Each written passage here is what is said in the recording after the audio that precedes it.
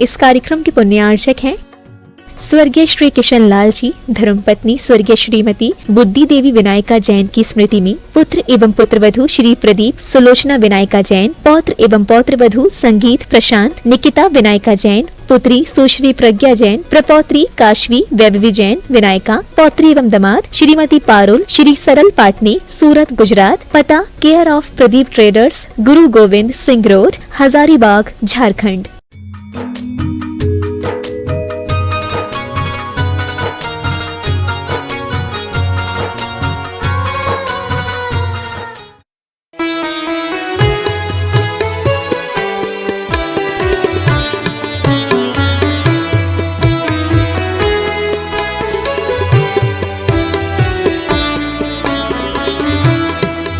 मैं परम पूज्य जिनेन्द्र प्रभु को भाव से वंदन करूं, मन वचन काय त्रयोग पूर्वक शीश चरणों में धरूं। सर्वज्ञ केवल ज्ञान धारी की सुछवे और मैं धरूं, निर्ग्रंथ पावन वीत राग महान की जय उच्चरूं।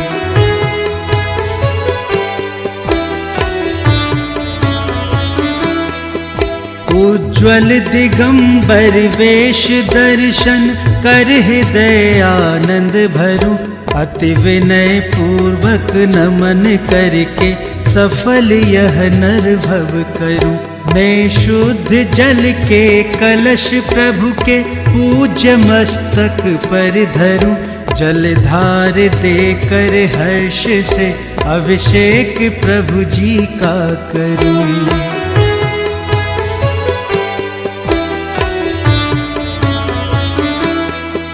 मैं नवन प्रभु का भाव से कर सकल भव पातक हरूं, प्रभु चरण कमल पखार कर सम्यक्त्व की संपत्ति वरूं। ओम ह्रीं नमो अर्हंतानं, नमो सिद्धानं, नमो आयर्यानं, नमो वज्रायानं, नमो लोये शब्दशाहुनं। चत्तारि मंगलम मंगलम सिद्धा मंगलम साहु मंगलम केली बनत्तो धम्मो मंगलम। चत्तारि लोकतमा अनंता लोकतमा सिद्धा लोकतमा साहु लोकतमा केली बनत्तो धम्मो लोकतमो। चत्तारि शरण भोज्यामि हन्ते शरण भोज्यामि सिद्धे शरण भोज्यामि साहु शरण भोज्यामि केली बनत्तं धम्मं शरण भोज्यामि। ओम ह्रीं अनादि मूल मंत्रेभ्यो नमः। सर्वशांतिं तुष्टिं पुष्टिं च कुरु कुरु। ओम नोरते भगवते पश्चिनाशे दोषकुलमसाय दिवते जो मूर्ति नमः श्री शांतिनाथाय शांति कराय, सर्वविघ्न प्रणाशनाय, सर्वरोगापमृत्यु विनाशनाय, सर्वचितोबद्धो विनाशनाय, सर्वक्षाम डामर विनाशनाय। ओम ह्रां ह्रीं ह्रूं ह्रौं ह्रः श्रियौषा सर्व शांतिं तुष्टिं पुष्टिं च कुरु कुरु। ओम ह्रूं छुपट कीटिम घाते घाते परिविघ्नान् स्फुट स्फुट सस्कंदान् कुरु कुरु परमुदान् छिंद परमंतान् भिन्न भिन्न छ व ह्रूं पट सर्व शांतिं कुरु कुरु। ओम ह्रीं श्रीं क्लीं ऐं अर्हं श्रियौषा नाद विद्याय, नमो अर्यन्तानं रौं सर्व शांतिं कुरु कुरु। ओम आहराम श्री ह्रीं आहुरुम ऊहुरौं साहर जगदादं विनाशाय ह्रीं श्री शांतिनाथाय नमः सर्व शांतिं कुरु कुरु। ओम ह्रीं श्री शांतिनाथाय सोक्तोर सत्वातिहार मणिताय सोक्तोर सत्वातिहार सोनपदपदाय अम्लर्विं बीजाय सर्वदो शांति कराय नमः सर्व शांतिं कुरु कुरु। ओम ह्रीं श्री शांतिनाथाय सुरपुष्टि सत्वातिहार मणिताय सुरपुष्टि सत्वातिहार सोनपदपदाय अम्लर्विं बीजाय सर्वदो शांति कराय नमः सर्व शांतिं कुरु कुरु। ओम तुलन सत्वातिहार सोनपदपदाय अम्लर्विं बीजाय सर्वदो शांति कराय नमः सर्व शांतिं कुरु कुरु। ओम ह्रीं श्री शांतिनाथाय सिंहासन सत्प्रातिहार मणिताय सिंहासन सत्प्रातिहार सोनपदपदाय गमलर्विं बीजाय सर्वदो शांति कराय नमः सर्व शांतिं कुरु कुरु। ओम ह्रीं श्री शांतिनाथाय भामंडल सत्प्रातिहार मणिताय भामंडल सत्प्रातिहार सोनपदपदाय जमलर्विं बीजाय सर्वदो शांति कराय नमः सर्व शांतिं कुरु कुरु। ओम ह्रीं श्री शांतिनाथाय दुंदुभि सत्प्रातिहार मणिताय दुंदुभि सत्प्रातिहार सोनपदपदाय स्मलर्विं बीजाय सर्वदो शांति कराय नमः सर्व शांतिं कुरु कुरु। ओम ह्रीं श्री शांतिनाथाय छत्तर सत्प्रातिहार मणिताय छत्तर सत्प्रातिहार सोनपदपदाय कमलर्विं बीजाय सर्वदो शांति कराय नमः सर्व शांतिं कुरु कुरु। ओम ह्रीं श्री शांतिनाथाय प्रातिहार्यात् सहिताय बीजाष्टमं मणिताय सर्वविघ्न शांति कराय नमः सर्व शांतिं कुरु कुरु।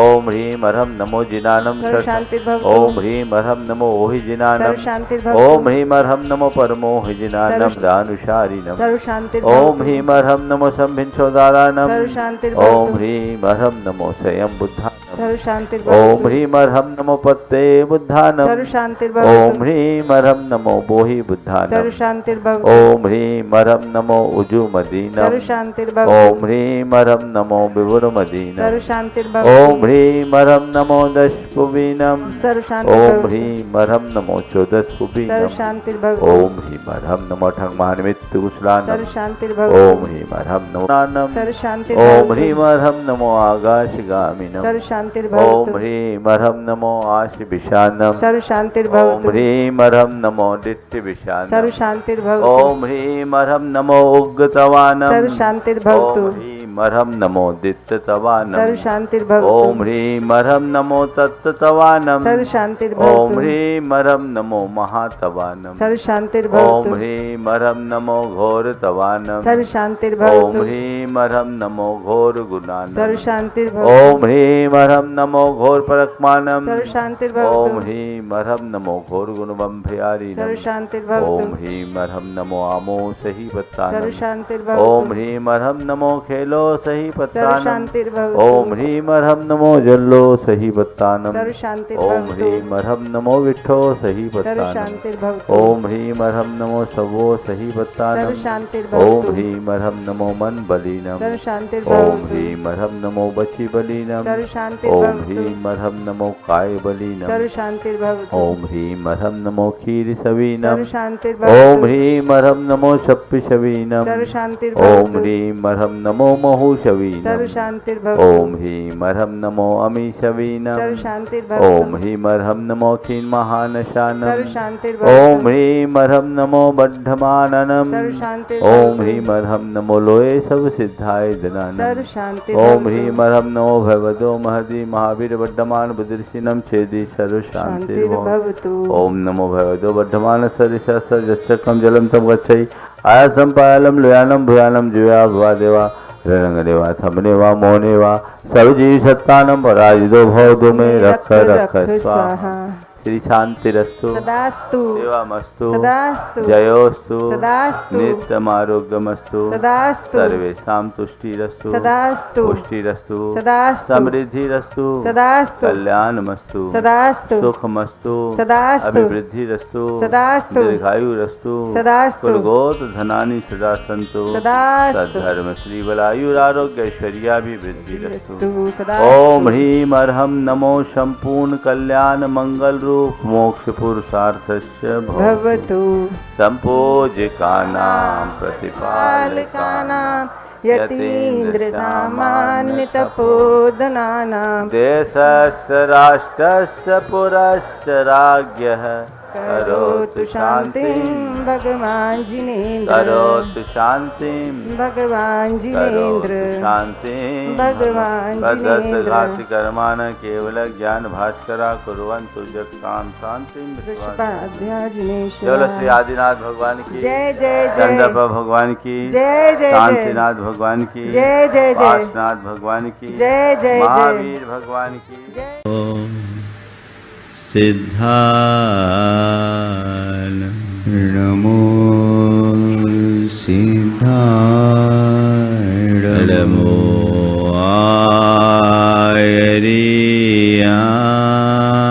आयरियानम नमो आयरियानम नमो वज्राया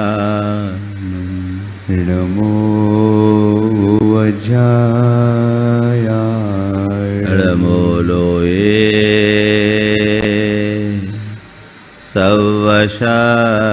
सवशाहुनम नमो लोये सवशाहु एषो पंच अड़मोयारो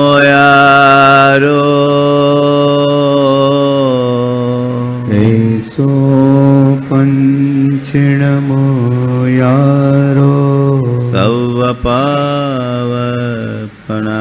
सवपावपणाशनो सवपावपणाशनो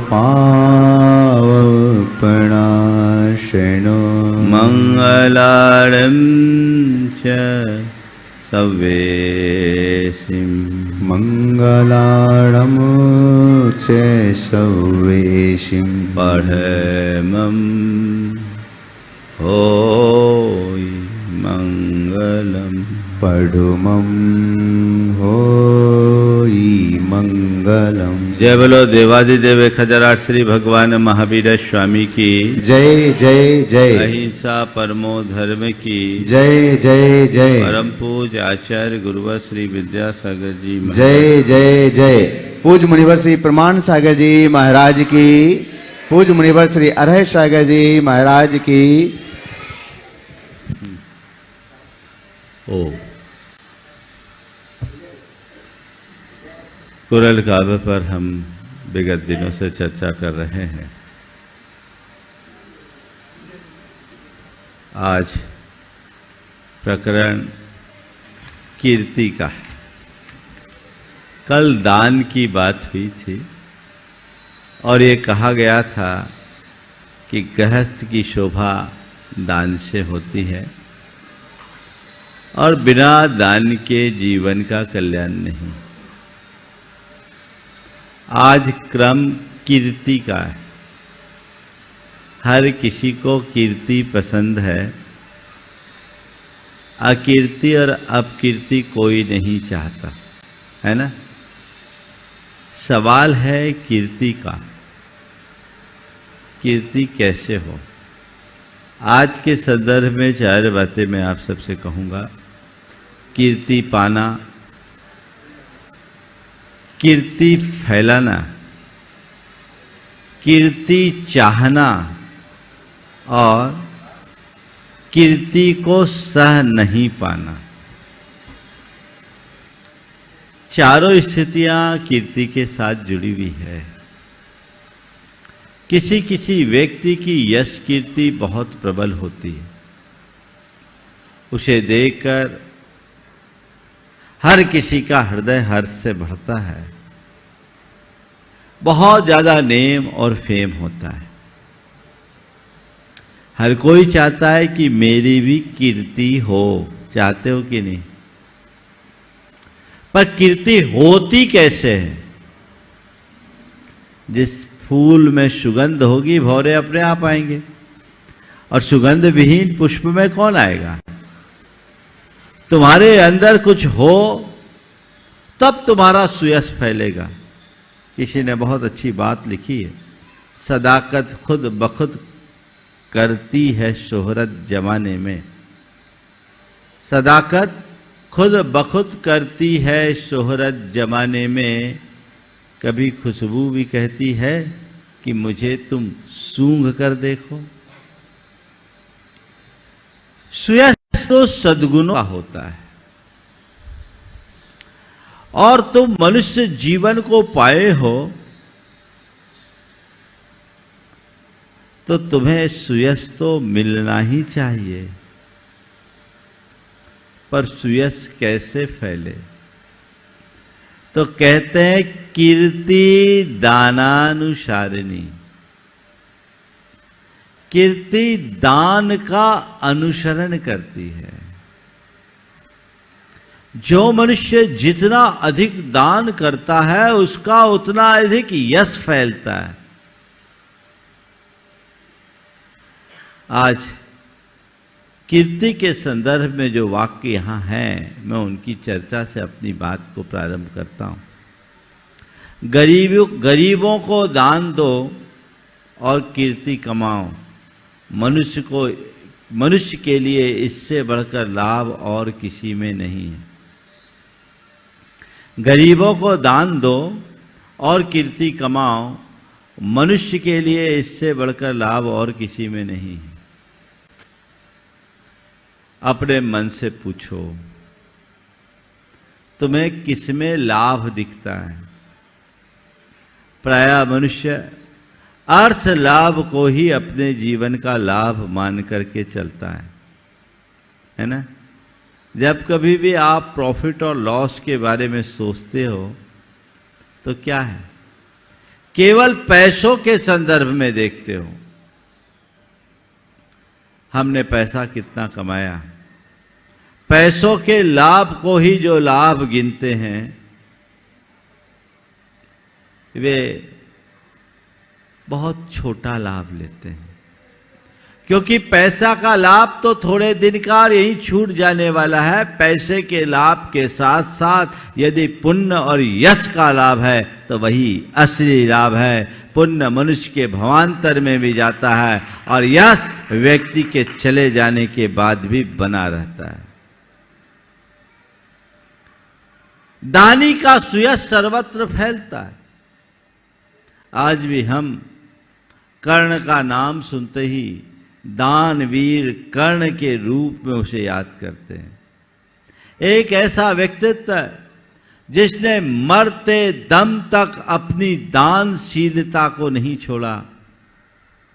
आखिरी समय में जब उनसे कोई याचक आकर के मांगने आया, कुछ नहीं था, तो घिसट करके चला और अपनी एक सोने की दांत निकाल करके दे दी कि भाई मेरे पास ये दांत भर बचा है, ये तुम ले सकते हो। ये है दानशील व्यक्ति की प्रवृत्ति। कल के संदर्भ में मैंने कहा था कि जो दाता है वो स्वयं को का सर्वनाश होता देख करके भी दान करने के लिए उत्साहित बना रहता है। तो अपने जीवन में ऐसे ही दान की भावना जिसके मन में होती है, उसकी कीर्ति चहुओर बढ़ते रहती है। यश की उपलब्धि जीवन की एक बड़ी उपलब्धि है। इसे जो समझता है वह अपने जीवन में महान लाभ को प्राप्त करता है। दूसरा बात, प्रशंसा करने वालों के मुख में सदा उन लोगों का नाम रहता है जो कि गरीबों को दान करते हैं। जगत में और सब वस्तुएं नश्वर है, परंतु एक अतुल कीर्ति ही मनुष्य की नश्वर नहीं है। देखो, जिस मनुष्य ने दिगंत व्यापी स्थायी कीर्ति पाई है, स्वर्ग में देवता लोग उसे साधु संतों से भी बढ़कर मानते हैं। सवाल कीर्ति का है। कीर्ति चाहते तो सब है, चाहते हो कि नहीं चाहते हो? मेरा नाम फैले, मेरा यश फैले, हर किसी की जबान पर मेरा नाम हो और हर किसी की पहली पसंद मैं बनूं, है ऐसा भाव तो अच्छी बात है। हर किसी के जबान पर तुम्हारा नाम रहे, हर किसी की पहली पसंद तुम बनो, तो ऐसा काम भी तो करो जो हर किसी को पहली बार में ही पसंद आ जाए। आजकल लोग अपने यश और नाम के लिए पैसा खर्च करते हैं, दिखावा में, आडंबरों में, और सोचते हैं इससे मेरा नाम होगा। सच्चे अर्थों में देखा जाए तो उससे नाम नहीं, बदनामी ज़्यादा होती है। लोग टीका टिप्पणियाँ ज़्यादा करते हैं या ईर्ष्यालु ज़्यादा प्रकट हो जाते हैं। पर व्यक्ति ऐसी आत्ममुग्धता में जीता है कि उसे ही सब कुछ मानता है।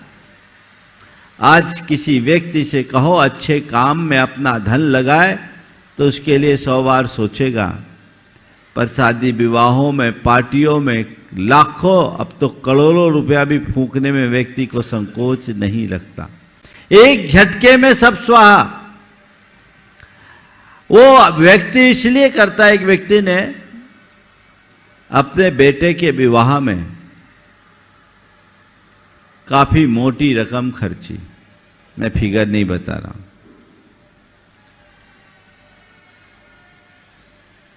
मुझे जब बताया, मैंने पूछा भैया इतना रुपया क्यों खर्चा?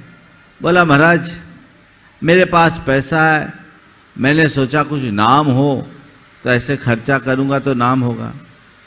बोले तूने शादी में जितना खर्चा किया और उसमें जितने को बुलाया उसमें कोई तुम्हारा नाम करने वाले नहीं है, क्योंकि वो सब तुम्हारे कॉम्पिटिटर हैं, तुमसे अंदर ही अंदर ईर्ष्या रखने वाले होंगे। तुम्हारा नाम लेने वाले नहीं होंगे। सामने सामने तुम्हारा नाम लिया है, लेकिन पीठ पीछे तो वो भी सोचते होंगे बहुत तेजी से राइज किया है, इसको पटकनी देनी चाहिए, या नंबर 2 का काम किया। तरह तरह की बातें वो अपने मन से करते होंगे। तुमने ये सोचा कि इसमें मेरा नाम होगा, पर मैं कहता हूँ नाम तो सदैव अच्छे काम का होता है, अच्छा काम नहीं करने वाले का कोई नाम नहीं होता। उस व्यक्ति के बाद एक सज्जन जो मेरे संपर्क में हैं, उन्होंने अपने बेटे का विवाह जब प्रस्ताव आया, मुझसे कहा महाराज जी आपका मार्गदर्शन चाहिए विवाह में। मैंने कहा क्या करना चाहते हो? बोले जैसा आप कहेंगे। बेटा साथ में था। हमने उससे पूछा कि ये बताओ जैसा सब लोग करते हैं वैसा करना चाहते हो या कुछ हटके? बोले महाराज जो आप कहो। हमने उन्हें एक सुझाव दिया कि तुम शादी में जितना खर्च करना चाहते हो उस खर्च में कटौती करो और उतने रुपये से 108 गरीब कन्याओं का विवाह करा दो। देखो तुम्हारा कैसा नाम होता है। रमेश जी सरावगी कोलकाता के, उनने तय किया महाराज जी आपने जैसा बोला हम वैसा ही करेंगे, और उनने अपने बेटे के विवाह में सारे फालतू खर्च को हटाया और रांची के मोरहाबादी में 108 आदिवासी कन्याओं का पानी ग्रहण एक साथ कराया, जिसमें खुद राज्यपाल उपस्थित हुए। देश भर के मीडिया में वो चर्चा का विषय बनाना, ये एक सुयश है। खर्च किया, हो सकता है उससे ज्यादा भी लोग खर्च करते होंगे, करे होंगे, लेकिन वो खर्च खर्च की भांति दिखा, और ये खर्च धन का खर्च नहीं सदव्यय के रूप में दिखा, जिससे अनेकों की दुआएं मिली, अनेकों का घर बसा। उनने न केवल विवाह किया अपितु पानी ग्रहण के साथ उनकी पूरी गृहस्थी की व्यवस्था भी साथ में दी और वो खर्च दिया। तो ये एक रास्ता है। मनुष्य कीर्ति को चाहता है, पर कीर्ति फैले ऐसा काम तो करो। अच्छा काम करने वालों का अच्छा नाम होता है, और जो अच्छा काम नहीं करते लोग उसे पसंद भी नहीं करते। तो अपने जीवन में कीर्ति उन्हें मिलती है जो सतत अच्छा काम करते हैं। अच्छा काम करो और अच्छा काम करने के साथ साथ कीर्ति फैलाओ। किसकी? अच्छा काम करने वालों की, अपने पुरखों की, अपने पूर्वजों की कीर्ति की रक्षा करना प्रत्येक गृहस्थ का पहला कर्तव्य है। तो तुम्हारी जो गुडविल है, तुम्हारा जो सुयश है, तुम्हारे परिवार का जो विरुद्ध है, उसे मेंटेन करना भी तुम्हारी जिम्मेदारी है। उसे निभा करके चलना चाहिए, उसे किसी भी हालत में परिवर्तित नहीं करना।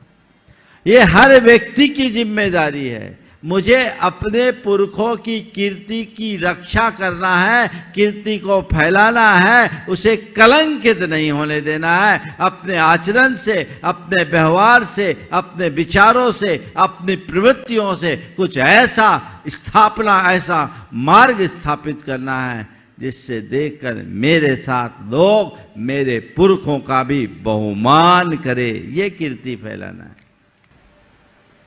हर व्यक्ति की जिम्मेदारी है।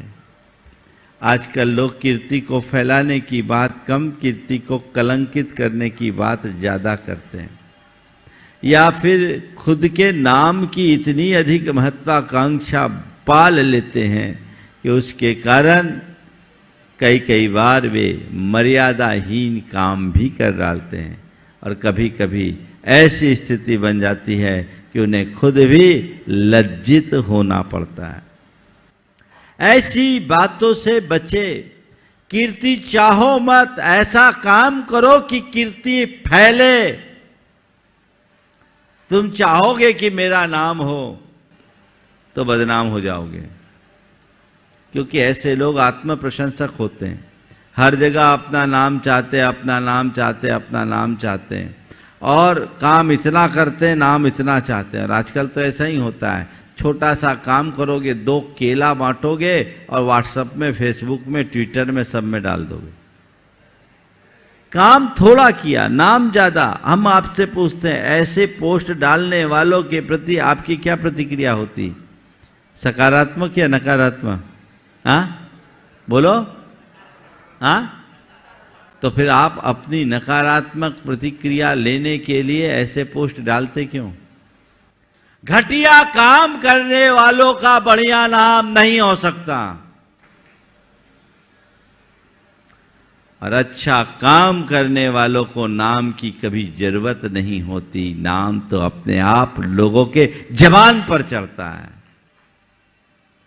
ऐसी चाह मन में न पालो कि लोग मेरा नाम ले, ऐसा काम करो कि लोगों की जबान पर तुम्हारा नाम हो।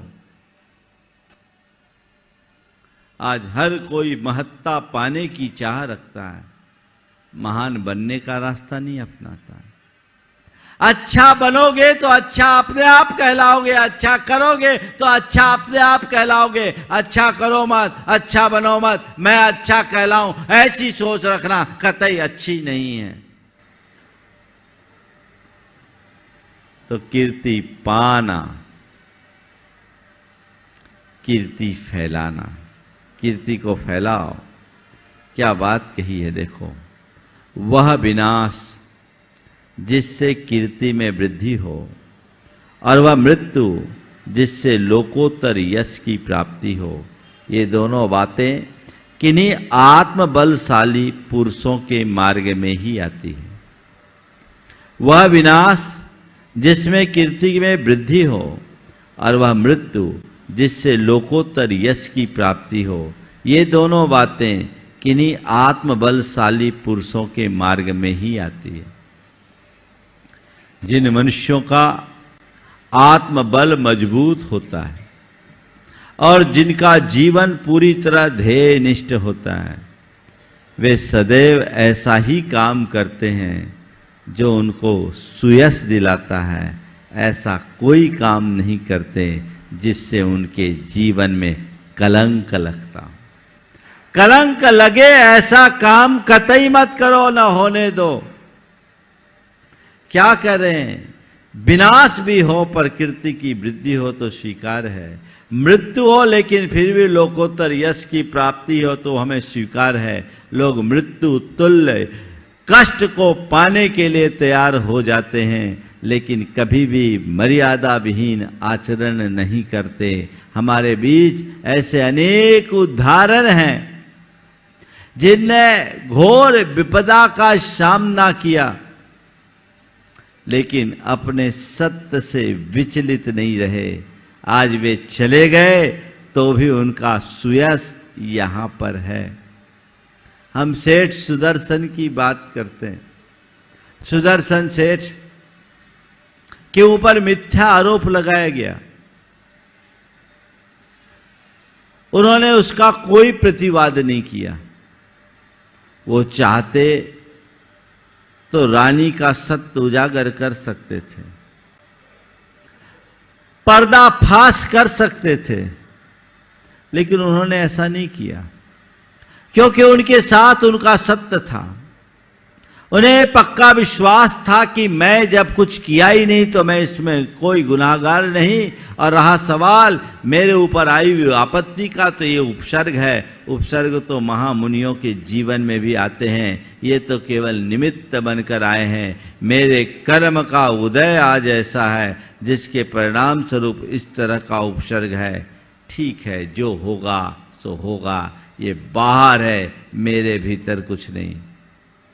उन्होंने कोई कॉम्प्रोमाइज नहीं किया, वे टस से मस नहीं हुए, अविचलित बने रहे। और उनकी उस अविचलता का परिणाम यह हुआ कि राजा ने भले उन्हें सूली पर चढ़ाने का आदेश दिया, पर सूली ही सिंहासन बन गए। आज सुदर्शन सेठ हम सबके इतिहास की अमर गाथा बन गए।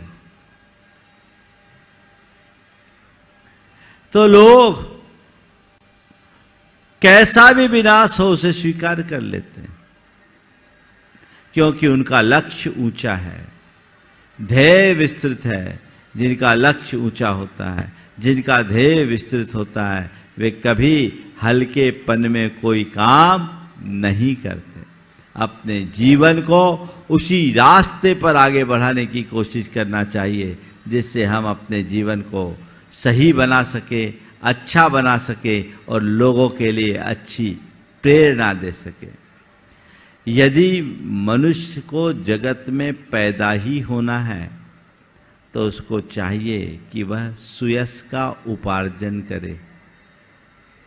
यदि मनुष्य को जगत में पैदा ही होना है तो उसको चाहिए कि वह सुयश का उपार्जन करे।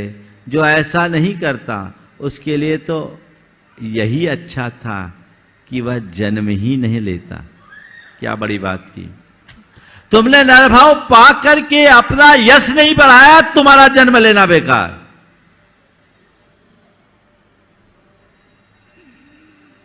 कुछ काम करो, कुछ काम करो, जग में रहकर कुछ नाम करो। यह जन्म हुआ किस अर्थ अहो, समझो जिसमें कुछ व्यर्थ न हो। आप सब ने पढ़ा है, बचपन में एक कविता सबको पढ़ाई गई। कुछ काम करो, कुछ काम करो, कुछ करके गुजरो। मनुष्य के मन में ऐसी एक महत्वाकांक्षा होनी चाहिए, लेकिन वो महत्वाकांक्षा सही होनी चाहिए, कुंठित नहीं। सही साधन से साध्य तक पहुंचने का लक्ष्य होना चाहिए, गलत रास्ते को अपनाकर नहीं। कुछ लोग हैं जो शॉर्टकट अपनाते हैं और इसी सुयश के फेर में गलत रास्ता अपना लेते हैं तो उनका सुयश कम, अपयश ज्यादा फैल जाता है। एक जगह मैं था, हमारा प्रवास था। एक युवक, पर्सनालिटी देखने में अच्छी थी, गले में मोटी चेन, पर्स में हमेशा पैसा रखता रहता था और कहीं भी होता तुरंत दिलेरी से खर्चा करता। खर्चा किया, ठीक है, पूछा भी क्या करते हो क्या करते हो, लंबा चौड़ा बिजनेस बता दिया। महीना डेढ़ महीना तो ठीक चला। अब हुआ क्या, उसकी वास्तविक स्थिति थी नहीं। जिस आदमी की 20,000 रुपये महीने की कमाई हो और वो 2 लाख रुपया महीना खर्चा करे तो उसका क्या हाल होगा। चला कुछ दिन तो सब ठीक ठाक चलता रहा। अब इसकी टोपी उसके सिर कितने दिन चलेगी। कभी इससे पैसा लिया, कभी उससे पैसा लिया, इससे पैसा लेके उसको दिया, उससे पैसा लेके इसको दिया, उलट फेर उलट फेर उलट फेर, झूठ सच झूठ सच झूठ सच करते रहा। फिर अंततः लोगों के बीच बात खुलने लगी और लोग उसको फिर अपमानित करने लगे। जब मेरे कान में आई बात कि इस आदमी पर तो बहुत कर्जा है, एक दिन मैंने उससे अकेले में बुला करके पूछा, क्योंकि फिर वो आने से भी कतराने लगा। अब आए सामने तो सब मंदिर में ही मिले और सब अपने साधर्मियों से पैसे लिए। 2 घंटे में दे देंगे, 4 घंटे में दे देंगे, कल दे देंगे, सुबह दे देंगे, शाम दे देंगे। आखिर कब तक ऐसा चलेगा। मैंने उससे पूछा क्या बात है भाई, तेरे बारे में ऐसा ऐसा सुना है। उसकी आंखें भर आई। बोला महाराज जी आपने सही सुना। बोला ऐसा क्यों कर लिया तुमने। महाराज दे दूंगा पैसा। दे तो दोगे, लेकिन कर्जा क्यों हुआ। बोले महाराज खर्चा ज्यादा हो गया। तो मैंने पूछा इतना खर्चा क्यों कर दिया जब तेरे पास था नहीं। बोले महाराज मैंने सोचा आप यहाँ आए हो, आपसे जुड़ूंगा, खर्चा करूंगा तो समाज में मेरा नाम होगा। महाराज जी मैं अपना नाम चाहता था, मैं चाहता था कि लोग मुझे पहचाने, लोग मुझे जाने। हम बोले तूने अच्छी पहचान बना ली। अब तेरी पहचान कैसी बनी पता है। अब तेरे ऊपर कोई भरोसा नहीं करते, तेरे लिए कोई 100 रुपया भी देने को तैयार नहीं है। इससे भला तो तू पहले अच्छा था। अब तूने अपनी कैसी पहचान बना ली, झूठे के रूप में, धोखेबाज के रूप में। ऐसी पहचान में तेरे प्रति किसकी लाइकिंग होगी। तो नाम के चाह में बदनाम हो गया। अच्छी बात तो ये थी कि भले तू इतना खर्च करने की जगह 1 रुपया भी खर्च नहीं करता, अपनी सेवा, अपने सद्भाव और सहयोग से भी तू अपनी एक पहचान बना सकता था, जो ईमानदार पहचान थी।